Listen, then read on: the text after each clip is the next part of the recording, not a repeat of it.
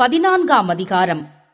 இக்கோனியா பட்டணத்திலே அவர்கள் இருவரும் யூதருடைய ஜெப ஆலயத்தில் பிரவேசித்து, யூதரிலும் கிரேக்கரிலும் திரளான ஜனங்கள் விசுவாசிக்கத்தக்கதாக பிரசங்கித்தார்கள். விசுவாசியாத யூதர்கள் சகோதரருக்கு விரோதமாக புற ஜாதியாருடைய மனதை எழுப்பிவிட்டு பகையுண்டாக்கினார்கள். அவர்கள் அங்கே அநேக நாள் சஞ்சரித்து கர்த்தரை முன்னிட்டு தைரியம் உள்ளவர்களாய் போதகம் பண்ணினார்கள். அவர் தமது கிருபையுள்ள வசனத்திற்குச் சாட்சியாக அடையாளங்களும் அற்புதங்களும் அவர்கள் கைகளால் செய்யப்படும்படி அனுக்கிரகம் பண்ணினார்.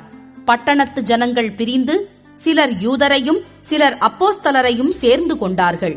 இவர்களை அவமானப்படுத்தவும் கல்லெறியவும் வேண்டுமென்று புறஜாதியாரும் யூதரும் அவர்கள் அதிகாரிகளும் அமளி பண்ணுகையில், இவர்கள் அதை அறிந்து லிக்கவோனியா நாட்டில் உள்ள பட்டணங்களாகிய லீஸ்திராவுக்கும் தெர்பைக்கும் அவைகளின் சுற்றுப்புறங்களுக்கும் ஓடிப்போய் அங்கே சுவிசேஷத்தை பிரசங்கம் பண்ணினார்கள். லீஸ்திராவிலே ஒருவன் தன் தாயின் வயிற்றிலிருந்து பிறந்தது முதல் சப்பானியாய் இருந்து ஒருபோதும் நடவாமல் கால்கள் வழங்காதவனாய் உட்கார்ந்து பவுல் பேசுகிறதை கேட்டுக்கொண்டிருந்தான். அவனை பவுல் உற்று பார்த்து, ரட்சிப்புக்கேற்ற விசுவாசம் அவனுக்கு உண்டென்று கண்டு, நீ எழுந்து காலூன்றி நிமிர்ந்து நில் என்று உரத்த சத்தத்தோடே சொன்னான். உடனே அவன் குதித்தெழுந்து நடந்தான். பவுல் செய்ததை ஜனங்கள் கண்டு, தேவர்கள் மனுஷரூபம் எடுத்து நம்மிடத்தில் இறங்கி வந்திருக்கிறார்கள் என்று லிகவோனியா பாஷையிலே சத்தமிட்டுச் சொல்லி பர்னபாவை யூப்பித்தர் என்றும், பவுல் பிரசங்கத்தை நடத்தினவனானபடியினால் அவனை மெர்க்கூரி என்றும் சொன்னார்கள்.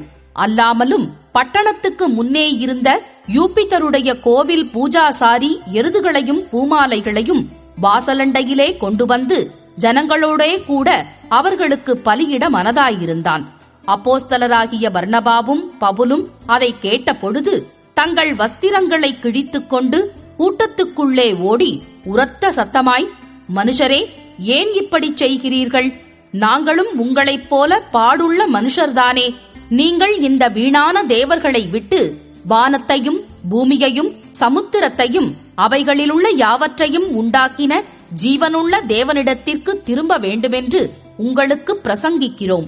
சென்ற காலங்களில் அவர் சகல ஜனங்களையும் தங்கள் தங்கள் வழிகளிலே நடக்க விட்டிருந்தும், அவர் நன்மை செய்து வந்து வானத்திலிருந்து மழைகளையும் செழிப்புள்ள காலங்களையும் நமக்கு தந்து ஆகாரத்தினாலும் சந்தோஷத்தினாலும் நம்முடைய இருதயங்களை நிரப்பி, இவ்விதமாய் அவர் தம்மை குறித்து சாட்சி விளங்க பண்ணாதிருந்ததில்லை என்றார்கள்.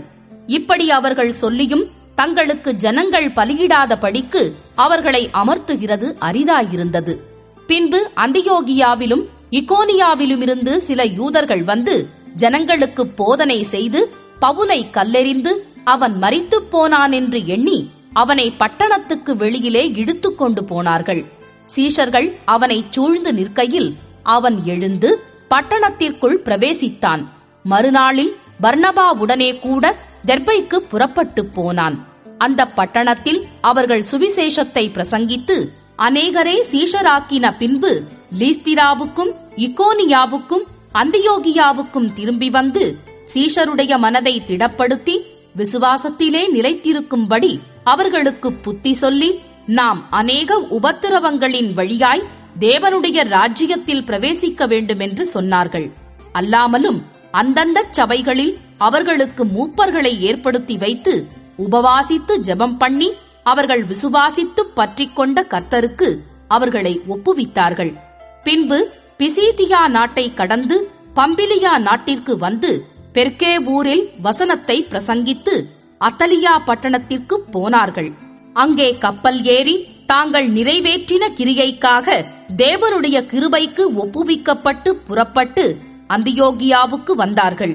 அவர்கள் அங்கே சேர்ந்த பொழுது சபையை கூடி வரச் செய்து தேவன் தங்களைக் கொண்டு செய்தவைகளையும் அவர் புற ஜாதிகளுக்கு விசுவாசத்தின் கதவை திறந்ததையும் அறிவித்து அங்கே சீஷருடனே கூட அநேக நாள் சஞ்சரித்திருந்தார்கள்.